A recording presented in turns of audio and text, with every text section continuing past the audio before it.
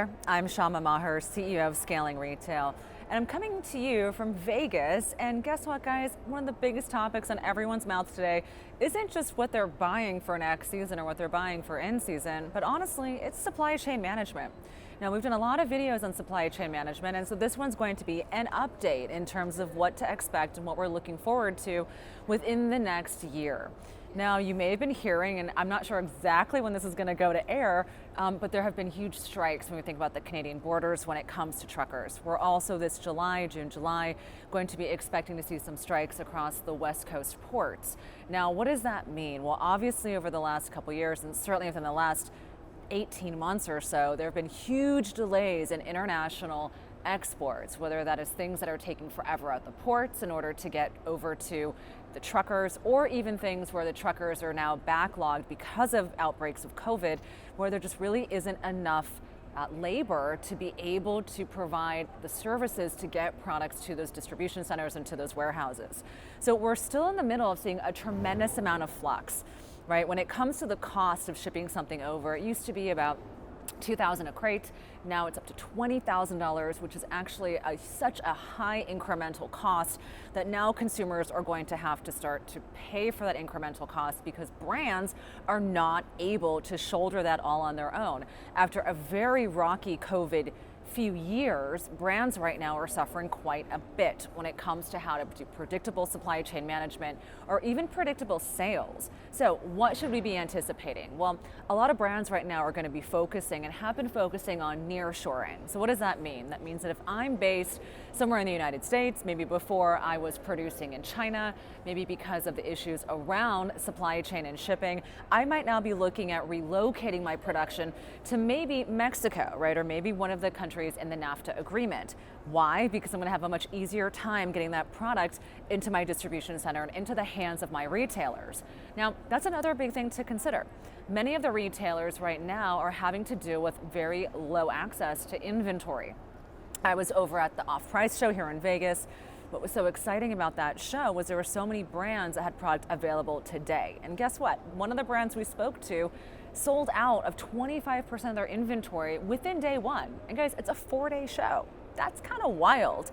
So when you're thinking about how to manage and work with supply chain issues this year, a few things to consider. Number one, if you are able to produce near shore or domestically, that's going to be a fantastic way to look at just being agile with your manufacturing. The second thing is to take a look at margin. And brands are wondering how to pass on those prices to their direct-to-consumer customers, which is going to be something that might come in the form of an email, through education on social media. And lastly, guys, we are starting to see the downfall and really the squeeze on direct-to-consumer brands. This is really important. Biggest case study right now is that of Peloton. Now, as you guys may have heard, Peloton decided to shut down their entire manufacturing and focus on selling through their existing inventory.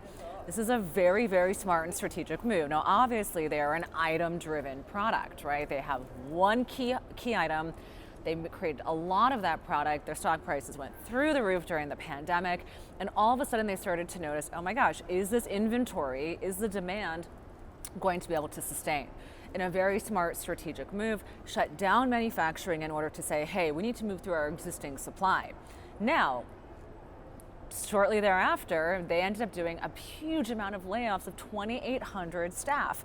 What does that tell you? It means that the existing forecasted demand that we had during COVID, all of the brands and products that did very, very well during this time period are now starting to not normalize, but go into a new direction, right? We are now obviously working in a more post-COVID way, and this rebound is not happening fast enough. So what do? Take a look at your key items, really start to figure out what are the products that we can continue to sift through and move through, and what are the major issues that I need to start to address with my consumers, whether that's passing on shipping costs or letting them know that products are going to be delayed.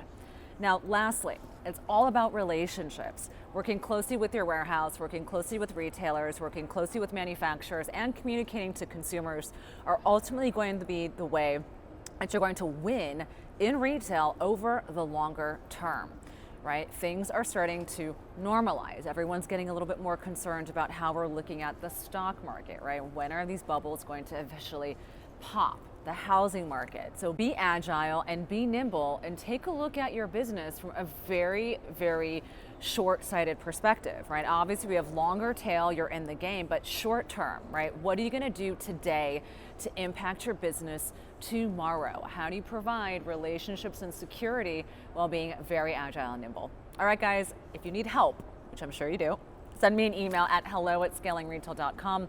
Would love to support you in how you're building and launching and able to really take advantage of this time in history. Talk to you soon. Bye.